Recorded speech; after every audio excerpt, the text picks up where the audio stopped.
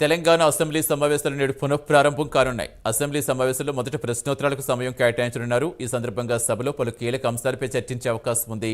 శాసనసభలో క్రీడా విశ్వవిద్యాలయ బిల్లు, విశ్వవిద్యాలయాల సవరణ బిల్లు సీఎం రేవంత్ ప్రవేశపెట్టనున్నారు. అలాగే కొత్త ఆర్ఓఆర్ చట్టానికి అసెంబ్లీ ఆమోదం తెలపనుంది. బిల్లులు ప్రవేశపెట్టిన తర్వాత ఉభయ సభల్లో పర్యాటక విధానంపై స్వల్పకాలిక చర్చ జరగనుంది. సమావేశాలు ఈ నెల 21 వరకు కొనసాగే అవకాశం ఉంది. సభ పని దినాలు చర్చించాల్సిన అంశాలపై నేడు జరిగే బిజినెస్ అడ్వైజరీ కమిటీ సమావేశంలో తుది నిర్ణయం తీసుకోనున్నారు.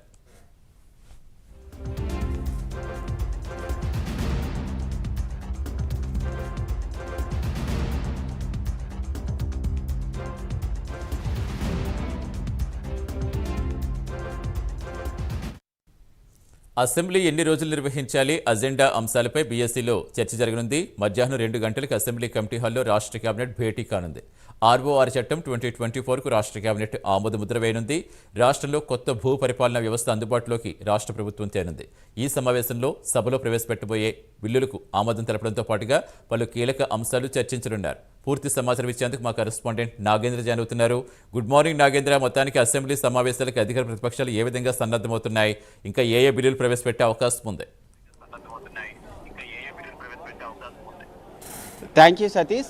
9వ తేదీన ప్రారంభమైనటువంటి అసెంబ్లీ సమావేశాలు ఈ రోజుకి వాయిదా పడ్డాయి. ఈరోజు మరి కాసేపట్లో అంటే 10:30 గంటలకి రెండవ రోజు అసెంబ్లీ సమావేశాల సెషన్ ప్రారంభమవుతుంది. ప్రారంభమైనటువంటి అనంతరం గంట పాటు ప్రశ్నోత్తరాలు ఉంటాయి. ప్రశ్నోత్తరాల ముగిసిన తర్వాత ముఖ్యంగా మాజీ ఎమ్మెల్యేల మృతికి సంబంధించినటువంటి అంశంలో సంతాప తీర్మానాలను ప్రవేశపెట్టబోతున్నారు. ప్రవేశపెట్టిన తర్వాత ప్రధానంగా ఈరోజు సీఎం రేవంత్ రెడ్డి 2 కీలకమైనటువంటి బిల్లుల్ని సభలో ప్రవేశపెట్టబోతున్నారు. దాంట్లో ప్రధానంగా క్రీడా విశ్వవిద్యాలయాలకు సంబంధించినటువంటి బిల్లుతో పాటు విశ్వవిద్యాలయాల సవరణ బిల్లును, ఈ 2 బిల్లులను ప్రస్తుతం ఈ 2 శాఖలు కూడా సీఎం రేవంత్ రెడ్డి దగ్గర ఉన్నటువంటి నేపథ్యంలో ఆయన ఈ 2 బిల్లులను కూడా ప్రవేశపెట్టబోతున్నారు. ప్రవేశపెట్టిన తర్వాత ప్రధానంగా క్రీడా బిల్లుకు సంబంధించినటువంటి అంశం, దీనిపైన ప్రధానంగా కొంతసేపు లఘు చర్చ ఉండేటటువంటి అవకాశం కనిపిస్తుంది. దీంతో పాటు మరొక వైపు ఎందుకంటే అసెంబ్లీ సమావేశాలు ప్రధానంగా ఈరోజు ఈ 2 ప్రధాన బిల్లులపైన చర్చించడంతో పాటు అదేవిధంగా దీనిపైన మరొకవైపు బీజేపీ కూడా ఈ శాసనసభ సమావేశాల్లో ఈరోజు రైతు రుణమాఫీకి సంబంధించినటువంటి అంశంపైన ప్రధానంగా చర్చ చేయాలనేటటువంటి అంశంపైన ప్రధానంగా పట్టుబట్టేటటువంటి అవకాశం కనిపిస్తుంది.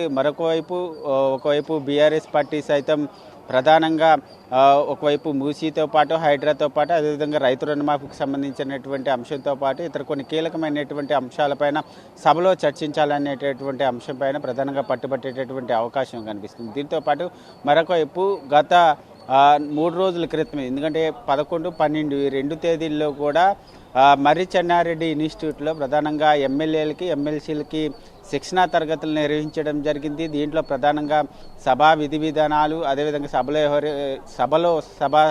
సభ్యులు వ్యవహరించాల్సినటువంటి విధి విధానాలపైన ప్రధానంగా శిక్షణా తరగతులు ఏర్పాటు చేయడం జరిగింది. దీనికి సంబంధించినటువంటి అంశంలో బీఆర్ఎస్కి సంబంధించినటువంటి ఎమ్మెల్యేలంతా కూడా గైహాజరవ్వడం పైన ప్రధానంగా దీనిపైన ప్రభుత్వం చాలా సీరియస్గా ఉంది. శాసనసభ స్పీకర్తో పాటు అదేవిధంగా శాసన మండలి చైర్మన్ ఇద్దరు కూడా దీనిపైన సీరియస్గా ఉన్నటువంటి నేపథ్యంలో దీనిపైన అధికార పార్టీకి సంబంధించినటువంటి ఎమ్మెల్యేలు టార్గెట్ చేసేటటువంటి అవకాశం ఉంది. దీంతోపాటు మరొకవైపు దీనిపైన ప్రధానంగా బీఆర్ఎస్ ఎమ్మెల్యేలకు సంబంధించినటువంటి అంశంలో స్పీకర్ కొన్ని కీలకమైనటువంటి వ్యాఖ్యలు చేసేటటువంటి అవకాశం అయితే కనిపిస్తుంది.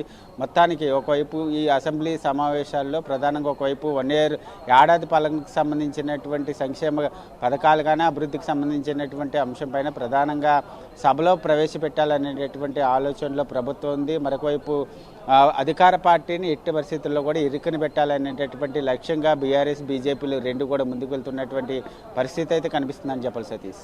Right, thank you Nagendra.